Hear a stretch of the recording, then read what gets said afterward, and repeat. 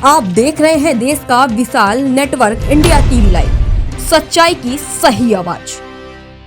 તારીખ 18 મહિના રોજ ઉધના પોલીસ સ્ટેશનમાં એક ખૂન દાખલ થયેલું હતું।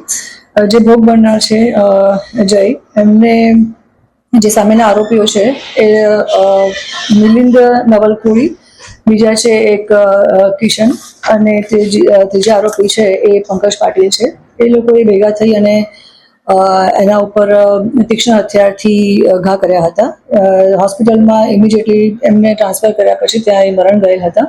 એ લોકોને અંદર બધા પહેલાથી એક મિત્રો હતા, પરંતુ પૈસાની લેવડ દેવડ અને અગાઉ જે 2025માં એક ગુનો દાખલ થયેલો હતો 325, એમાં ભીમનગરના જે રહીશો છે એમની સાથે એ લોકોને માથાકૂટ થઈ હતી અને ઝઘડા તકરાર થયા હતા, જેમાં સામસામે 325 અને 326 દાખલ થયેલી હતી।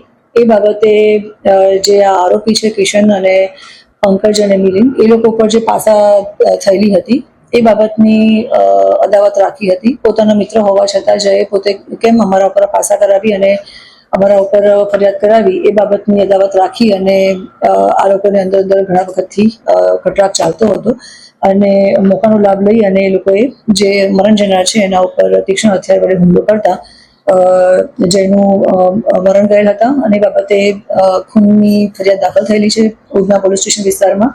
જે આરોપી છે મિલિંદ નવલપુરી, જે ડિંડોલીમાં રહે છે અને મૂળ ગામ એનું જલગાંવ છે, ત્યાં એ પોતે આ ગુનો કર્યા પછી જે કિશન છે એને લઈ અને ભાગી ગયેલ હતા। બંને જણા ત્યાં સાથે હતા। અમારી પાસે હ્યુમન સોર્સિસથી જે ઇન્ફોર્મેશન આવી હતી અને એના આધારે અમે લોકોએ અલગ અલગ રાજ્યોમાં ટીમ રવાના કરી હતી।